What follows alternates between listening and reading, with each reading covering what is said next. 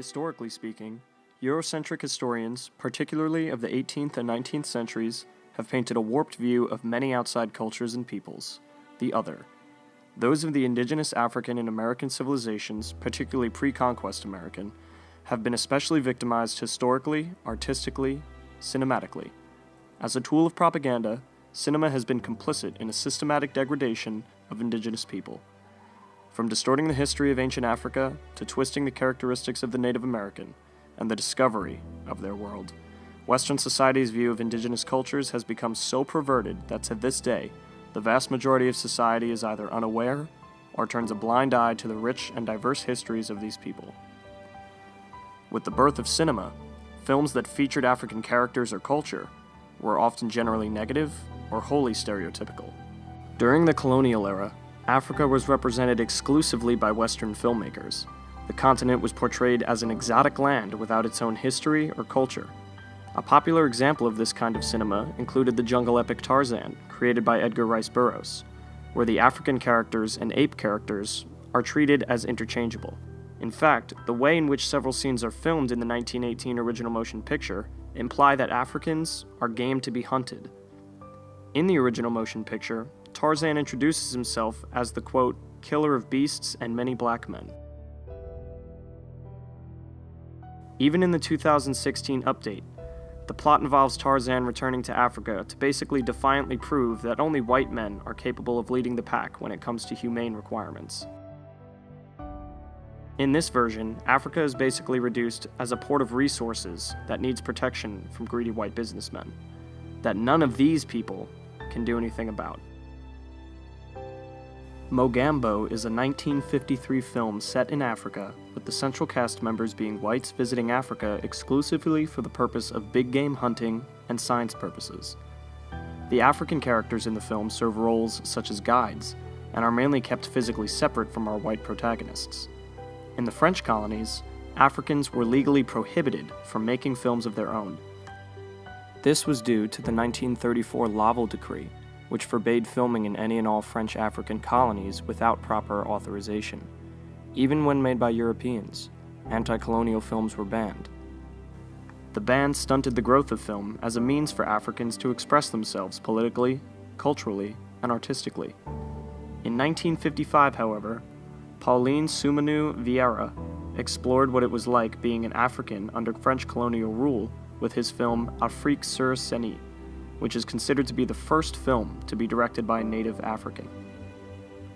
Other early examples of atypical films surrounding Africa and African colonization include Les Statuts méritent aussi. This film, directed by Chris Marker and Alain Resnais, who were part of the French New Wave, focuses on the theft of African art by European colonists. Not surprisingly, this film was banned by the French government for about a decade.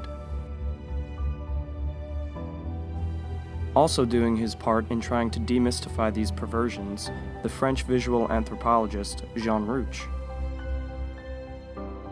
Rouch made documentaries that were not explicitly anti-colonial, but challenged perceptions about colonial Africa and gave a new voice to Africans through film. He was the first person to work with Africans who would have important careers in African cinema in the future. Because most of the films prior to independence were egregiously racist in nature, African filmmakers of the independence era saw filmmaking as an important political tool for rectifying the erroneous image of Africans put forward by Western filmmakers, and for reclaiming the image of Africa for Africans. Aside from the ideological constructs surrounding the African, historians have equally warped, and cinema subsequently propagated, false constructs surrounding the pre-conquest Native American. Through Western writings and filmmaking, the Columbus story has become the most crucial to history. It has also become the most crucial to Eurocentrism. For many North American children, Columbus is an icon, representing discovery, adventure, the New World itself. An important quote from the reading that is worth sharing: "Cinematic recreations of the past reshape the imagination of the present, legitimizing false memories and assumptions." In the 1949 film titled Christopher Columbus, the character is portrayed as a man of vision, an avatar of modernity, He is lauded for his heroic efforts to reach the New World despite his many obstacles.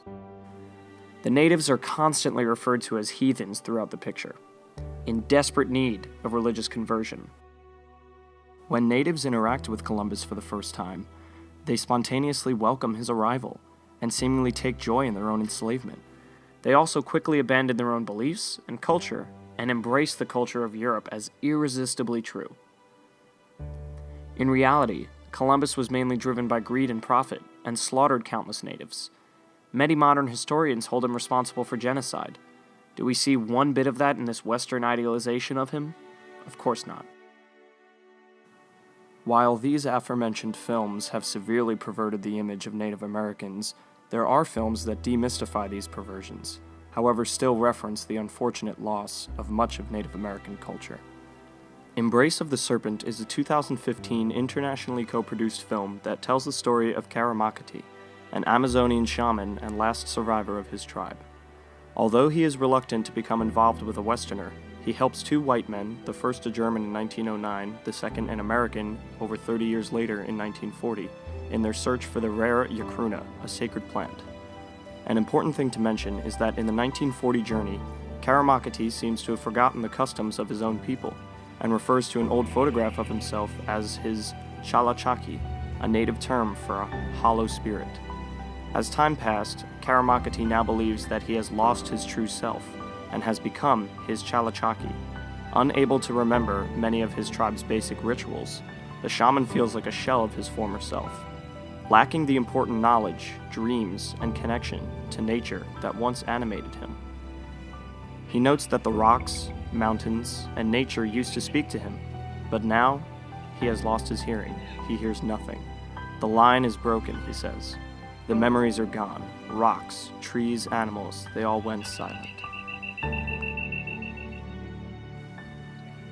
Western cinema has spent much of its history exacerbating the image of the other, whether it be the African or the pre-conquest Native American. There is still much work to be done in deconstructing these histories that have been distorted, and hopefully continuing to reconstruct a more honorable and truthful representation of these peoples.